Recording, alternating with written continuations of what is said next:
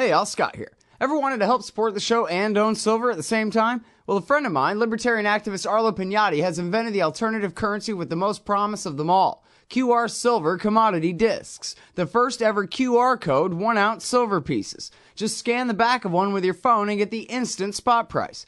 They're perfect for saving or spending at the market. And anyone who donates $100 or more to the Scott Horton Show at scotthorton.org/donate gets one. That's scotthorton.org/donate. And if you'd like to learn and order more, send them a message at commoditydiscs.com or check them out on Facebook at /commoditydiscs. And thanks. All right, kids, welcome back to the thing here. I'm Scott Horton. It's my show, The Scott Horton Show.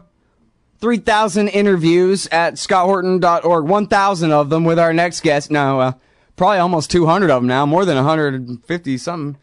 My favorite reporter out of all of them. And foreign policy analyst, too. Independent historian and journalist Gareth Porter from Interpress Service, ipsnews.net, and truthout.org at truthout.org. Welcome back to the show. How the hell are you, Gareth? I'm fine. Thanks again, Scott. Very happy to have you here. Tell me everything that you think about last week's developments in negotiations with Iran about their nuclear program. Go. Well, I think, first of all, we don't know yet what the Obama administration is going to do, because I'm sure they don't know yet themselves.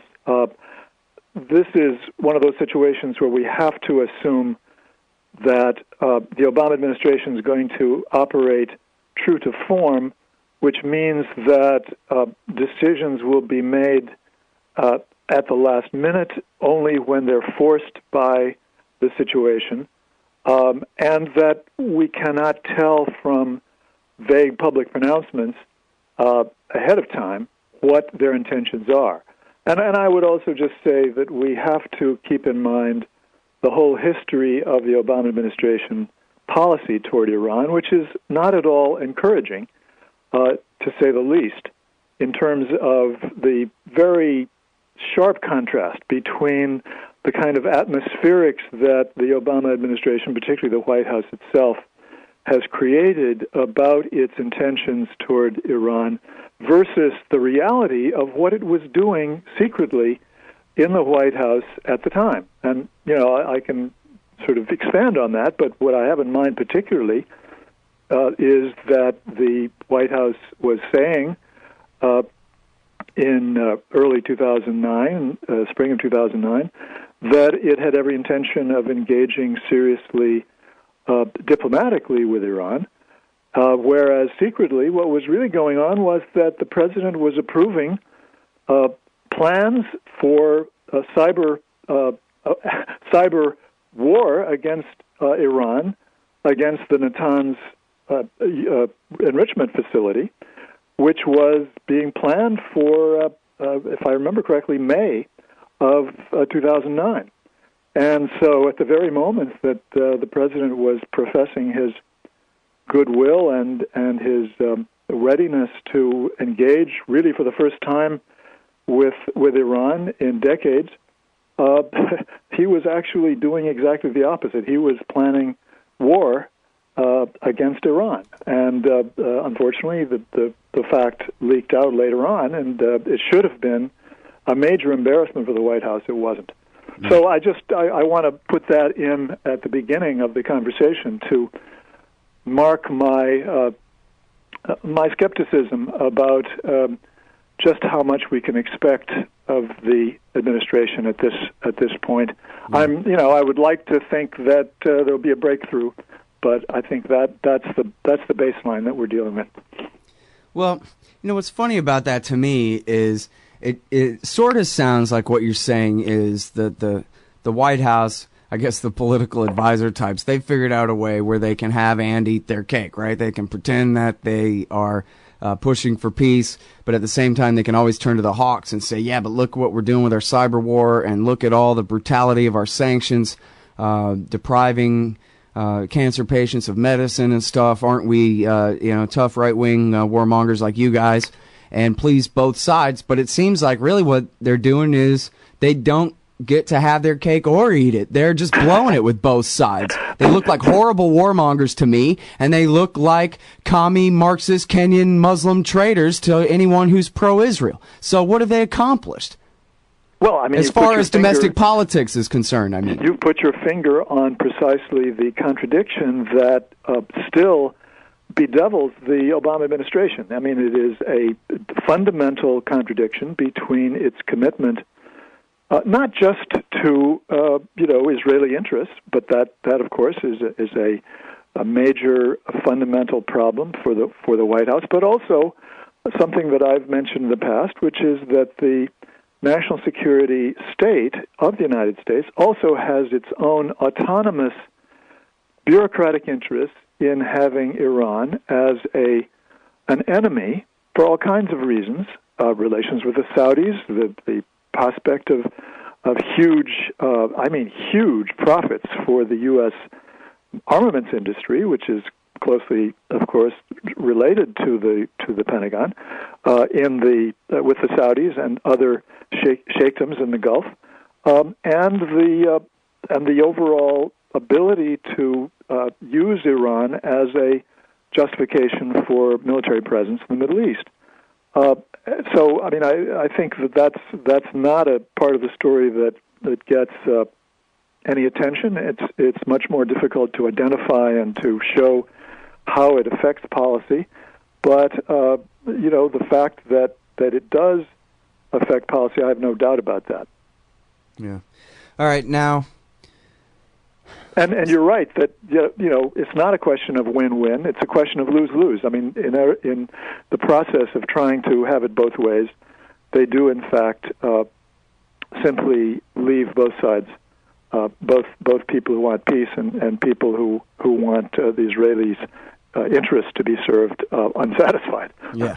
Well, I don't know. The counterfactual is so easy to imagine, though. I mean, any one of us can just put ourselves in his position. If I was president, I would make peace, and I would tell the war party in a big public speech to go to hell. I'm Obama the Great. I just made peace with Iran. If you don't like it, tough. Go jump in a lake and watch the entire American people rise up in applause. Are you kidding me? This is so stupid. The problem with that position, Scott, of course, is that it requires some ethics and some gumption, and those are qualities that are not found what generally. Ethics? He could be the worst, most selfish imperial tyrant ever, and still he could be Richard Nixon and go shake hands with Mao. That's not the way it works psychologically. Okay, set Nixon aside for a moment. I mean, think about JFK, LBJ, Clinton, and the whole cast of characters that we've seen in the White House, who are people who are not ready to sort of stand up and tell the truth, but rather who would be inclined to come up with some very Machiavellian, behind-the-scenes approach to a situation where they face conflicting interests, conflicting needs, if you will, between public opinion or the Israeli lobby on one side versus the interests of the United States on the other. And I think particularly of JFK, who I've written about that in great detail in my book on Vietnam, and how he was not ready to tell the truth about what the United States needed to do in Vietnam to get out of the war, to get its troops out, and instead, had this extremely complicated scheme that he tried to push through with Robert S. McNamara to get the Joint Chiefs to embrace a withdrawal scheme. But my point here is simply that the psychological characteristics of the people who rise to the top in American politics simply do not lend themselves to the kind of posture that you're describing there. I mean, the fundamental orientation is somebody who would bow to the powers that be, whether they're in the Pentagon or in the Israeli lobby. Now, last year we saw a very unusual set of events in which Obama actually did some pushback on the question of the red lines that Netanyahu was demanding that the United States embrace. And he said, no, we're not going to do that. So, in extremis, on the question of war and peace, when it's clear that the Pentagon does not want to go to war, he's willing to stand up to the Israeli lobby and to the Israelis. But when it comes to negotiating with Iran, it's not so clear. Yeah.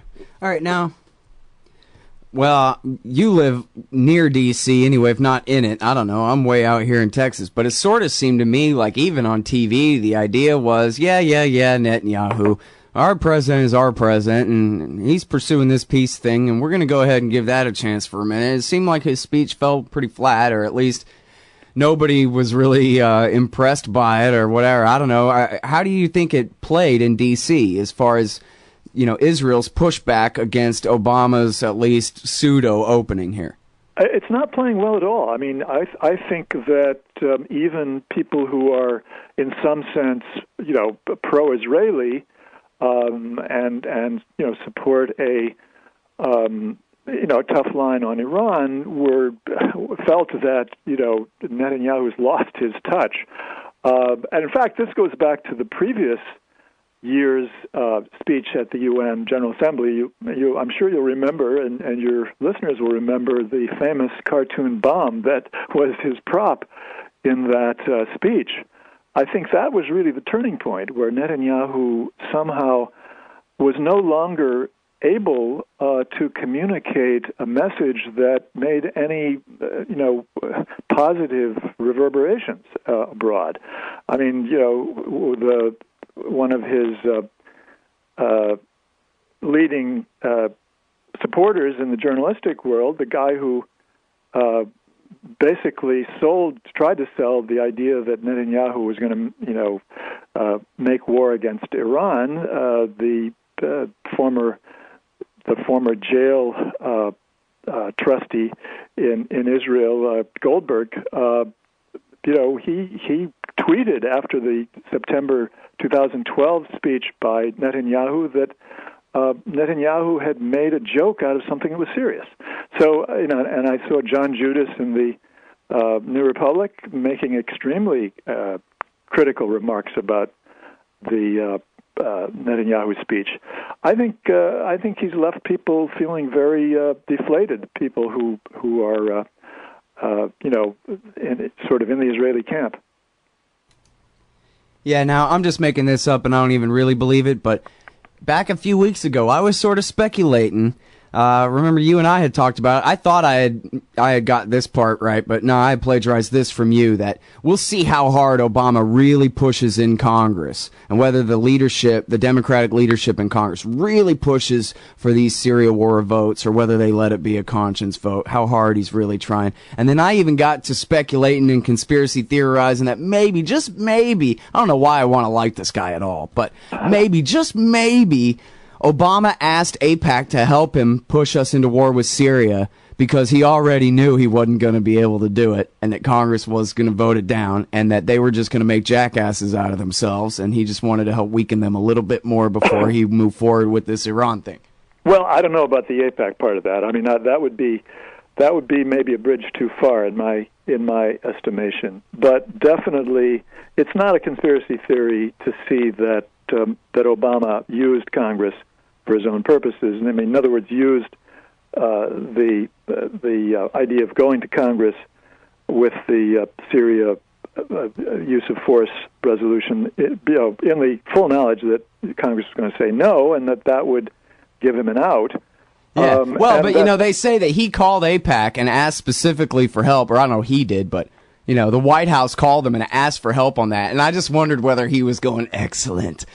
I mean, that's what I would do. I can't imagine being the president. And I guess there's the one quote, is all I'm going by, is the one quote where he's talking to the French guy on the open microphone accidentally. And he's saying, you think you hate Netanyahu? I got to deal with him every day.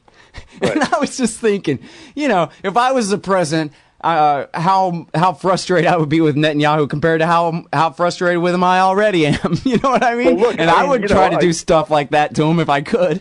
I can certainly agree that Obama would be very much willing to say to the AIPAC, yeah, please help me, get this through, knowing that it wasn't going to happen, and that this was a way of sort of keeping up his relations with AIPAC, while at the same time knowing that it was going to turn out his way, or it was not going to harm his plan. And in the background of this, by the way, I mean, there's very good reason to believe that the United States, the Obama administration, and the Russians were talking about a deal on chemical weapons for months and months ahead of time. This was not something that just came up at the last minute. It was not a slip of the tongue. It was not an offhand remark.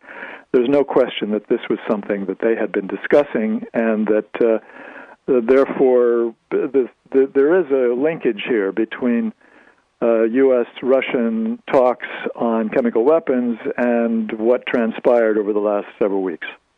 Oh, okay, so yesterday I talked with Trita Parsi, and he wrote this new thing for Foreign Affairs saying, hey, Israel, relax. In other words, Netanyahu, relax. If America makes a deal with Iran, you're following 5 obvious fears. There are easy answers to them, and why you shouldn't be so afraid. And this will actually... no, really, you'd be better off to have a peaceful relationship with Iran, or at least for America to have one. Well, I mean, this, of course, as I said, first of all, the point that he was making about Rouhani being the man they should deal with is absolutely fundamental. As I was saying, he is the strategist, has been the strategist for 20 years for the Rafsanjani faction in Iranian politics, which is the faction which was always primarily concerned with reaching an accommodation with the West, integrating the Iranian economy into the global economy, the global capitalist economy, so that they could get the investments, the foreign investments, and foreign technology that Iran needed to become a major economic powerhouse in the region. And that has been the leitmotif of the faction for all that time. And Rouhani has been at the beating heart of its strategy.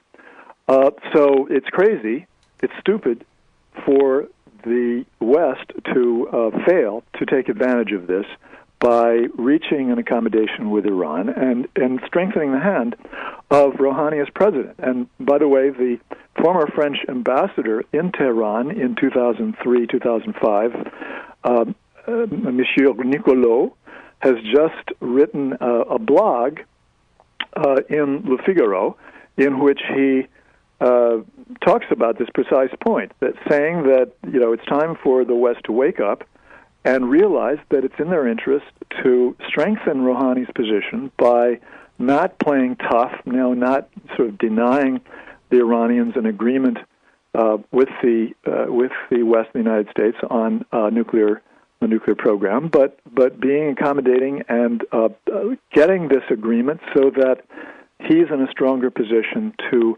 continue the kind of policy that he wants to carry out. I think that's a primary point that bears a great deal of emphasis. And so Trita's right, of course. I would go even further and say that this general line that Israel should make peace with Iran, have peaceful relationship, even cooperative relations with Iran, is basically the viewpoint that Mossad has taken for decades.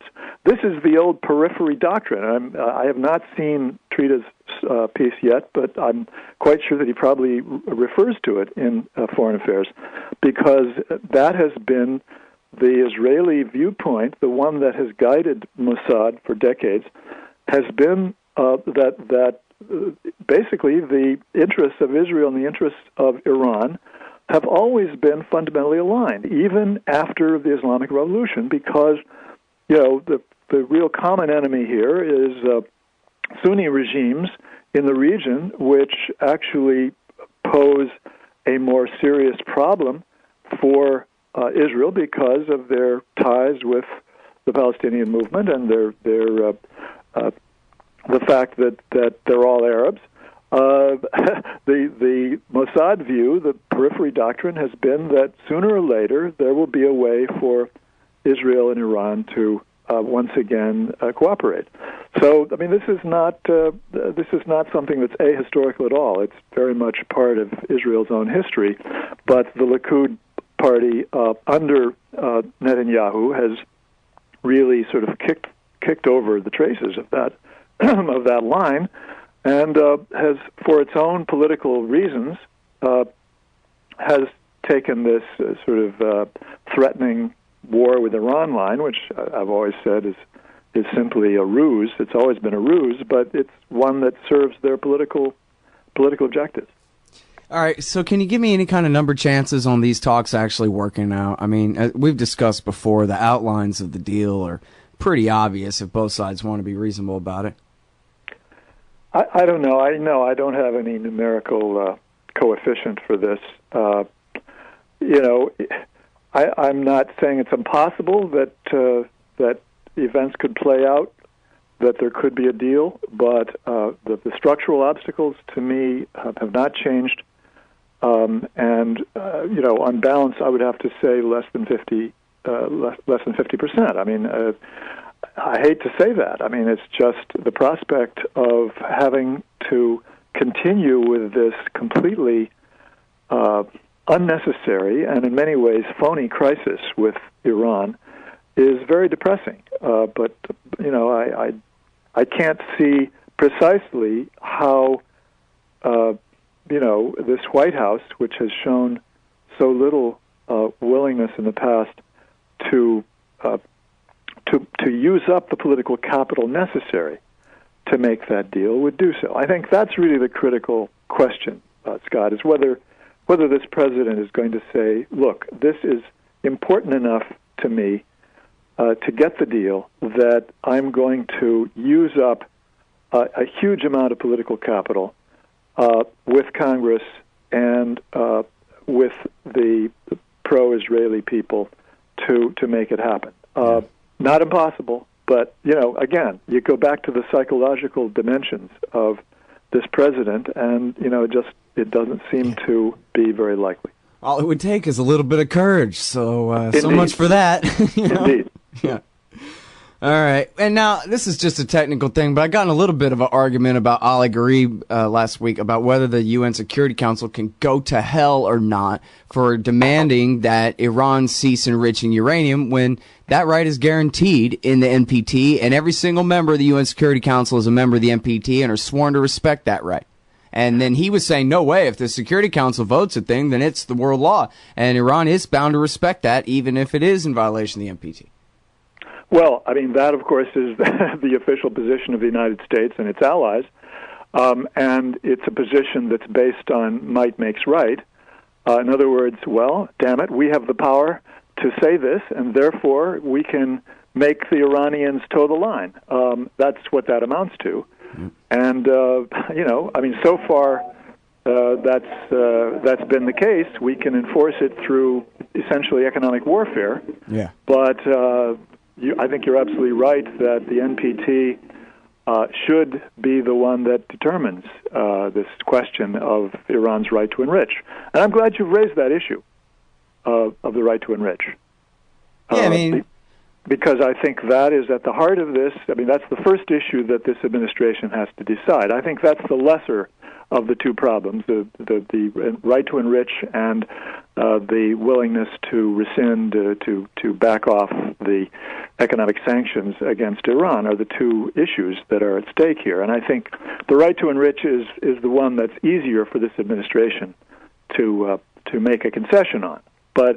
But it needs to do that, I think, up front. I think it needs to do that very soon. And so far, there's no sign that they're ready to do it. Yep. All right, we got to go. Thanks, Gareth.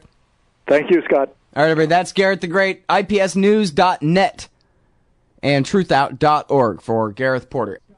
Hey, everybody, Scott Horton here for The Future of Freedom, the Journal of the Future Freedom Foundation at fff.org/subscribe. Now, they publish great articles at fff.org every day, but their best stuff goes in The Future of Freedom. It's just $25 a year for the print edition, $15 to read it online, and I got a new one coming out in September in there, U.S. Responsible for Somalia's Misery. Support FFF. Sign up for The Future of Freedom at fff.org/subscribe and tell them Scott sent you. Today's show is brought to you in part by Audible.com. You can get a free audiobook download at audibletrial.com/Scott. Audible has over 100,000 titles to choose from for your iPhone, Android, Kindle, or MP3 player. For Scott Horton Show listeners, Audible is offering a free audiobook download with their free 30-day trial. I personally recommend Dirty Wars by Jeremy Scahill. It's great for anyone wanting the inside story on the cruel and counterproductive terror war of the Obama years. You can sign up for a free 30-day trial and download Dirty Wars at no charge by going to audibletrial.com/Scott.